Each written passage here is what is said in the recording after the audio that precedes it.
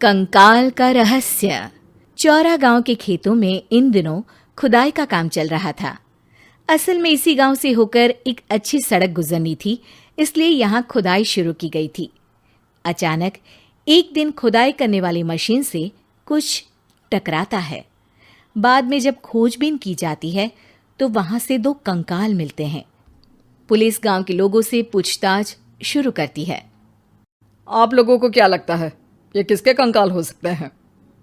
अरे साहब, हमें क्या पता ये किसके कंकाल हैं, आप ही लोग पता लगाइए। हम लोग तो बहुत ज़्यादा डरे हुए हैं। हाँ, हमारी फॉरेंसिक टीम अभी आ रही है। ये बताओ कि इस गांव के रहने वाला कोई जोड़ा गायब तो नहीं ना? क्योंकि शुरुआती जांच में तो ये बात सामने आ रही है कि एक कंकाल किसी पुरुष का है तो एक किसी महिला का। साहब, हमें तो बहुत डर लग रहा है। ऐसे कंकाल मिलने का मतलब गांव के आसपास ही किसी की हत्या हुई है या फिर किसी को जलाकर मार डाला गया है।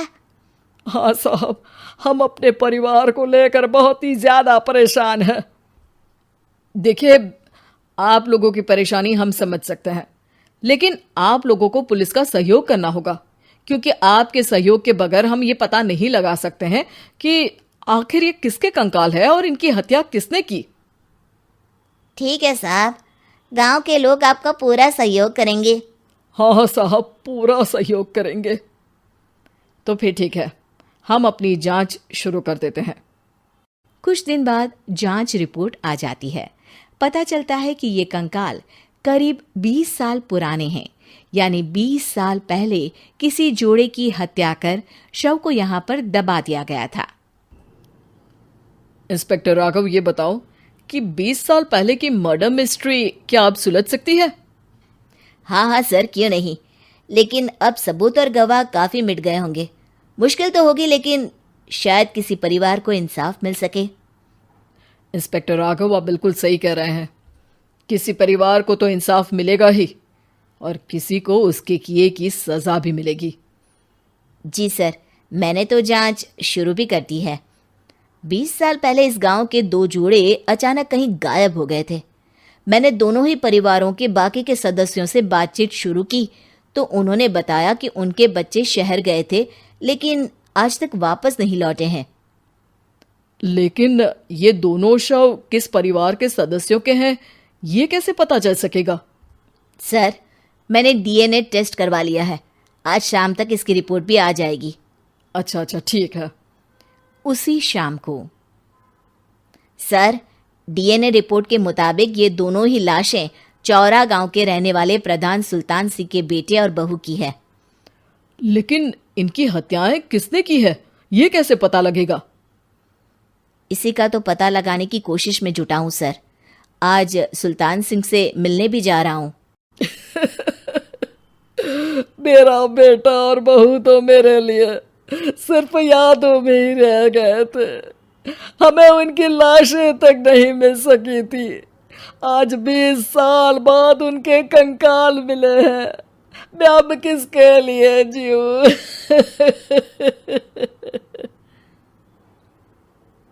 लेकिन सर, क्या आपकी किसी से कोई दुश्मनी थी? अपने बेटे बहू की हत्या के लिए आप किसे जिम्मेदार मान रहे हैं?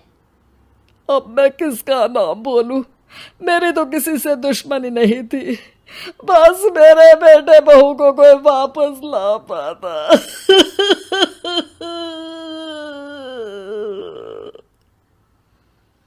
इसके बाद सुल्तान सिंह फूट फूट कर रोना शुरू कर देते हैं। सर, अब आप इनका अंतिम संस्कार करवा सकते हैं। कम से कम इनका शरीर ना सही, इनका कंकाल तो आपको मिला है। लेकिन हाँ, अगर आपको कुछ भी याद आए तो ज़रूर बताइएगा। मेरी तो बेटा अब उम्र हो गई है, लेकिन मेरे बेटे और बहू के हत्यारों का ज़रूर पता लगाइएगा, क्योंकि जब तक हत्यारे पकड़े नहीं जाएंगे मेरा मन नहीं मानेगा। सर, हमारी पूरी कोशिश रहेगी हत्यारे को पकड़ने की। लेकिन एक बात बताइए, उस वक्त आपको किस पर शक गया था? उस वक्त मेरे एक ड्राइवर को पकड़ा गया था, लेकिन सबूतों के अभाव में उसे छोड़ दिया गया था। अच्छा, और ड्राइवर पर कैसे शक हुआ था? क्योंकि उस दिन ड्राइवर छुट्टी पर था। उस समय लेकिन लाश क्यों नहीं मिल सकी थी? उस वक्त पुलिस ने बहुत कोशिश की थी, लेकिन दोनों की डेड बॉडी नहीं मिल सकी थी।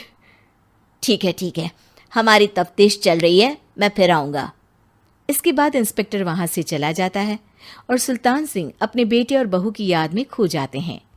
कुछ दिन बाद सुल्तान सर, एक बात बताइए, जब आपके बेटे बहू की हत्या हुई थी, उसी के आसपास आपके ही गांव का रहने वाला एक और जोड़ा उसी वक्त गायब हो गया था ना?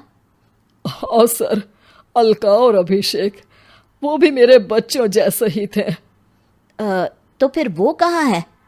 उनका भी आज तक पता नहीं चल सका, लेकिन बताते हैं कि कुछ साल पहले अभिषेक को गांव के ही किसी आदमी ने मुंबई में देखा था, लेकिन फिर वो गायब हो गया। यानी अभिषेक और अलका की हत्या नहीं हुई थी, बल्कि उन्होंने किसी वजह से खुद ही गांव छोड़ दिया था। हाँ, हो सकता है, क्योंकि अभिषेक मेरे बेटे संतोष का अच्छा दोस्त था और उसका मेरे घर भी आना जाना लगा रहता था। हो सकता है कि उसने मेरे बेटे और बहू के बारे में सुन लिया हो और ये गांव छोड़ दिया हो सकता है। उनके परिवार का कोई अब नहीं रहता क्या इस गांव में? अब तो कोई नहीं रहता। एक चाचा थे, लेकिन उन्होंने भी अपना पुश्तैनी मकान बेच दिया है। वो भी अब कहीं शहर में ही बस गए हैं। ओह, अभिषेक और अलका के बारे में भी पता लगाना होगा। हो सकता है कि वही इस हत्या के बारे में कुछ बता सके। हो तो सकता है, लेकिन वो बेचारे तो खुद ही वक्त के मारे थे, वो क्या बताएंगे। फिर भी सर, जब केस दोबारा खुला है तो जांच तो करनी ही पड़ेगी, और इस बार तो लाशें भी बरामद हुई है। कुछ दिन तक लगातार तफ्तीश चलती रही। एक दिन थाने से सुल्तान सिंह को फोन आता है। हाँ, कौन बोल रहा है? सर, मैं कांस्टेबल तुलाराम बोल रहा हूँ थाने से। आपको थाने आना पड़ेगा। थाने? लेकिन क्यों?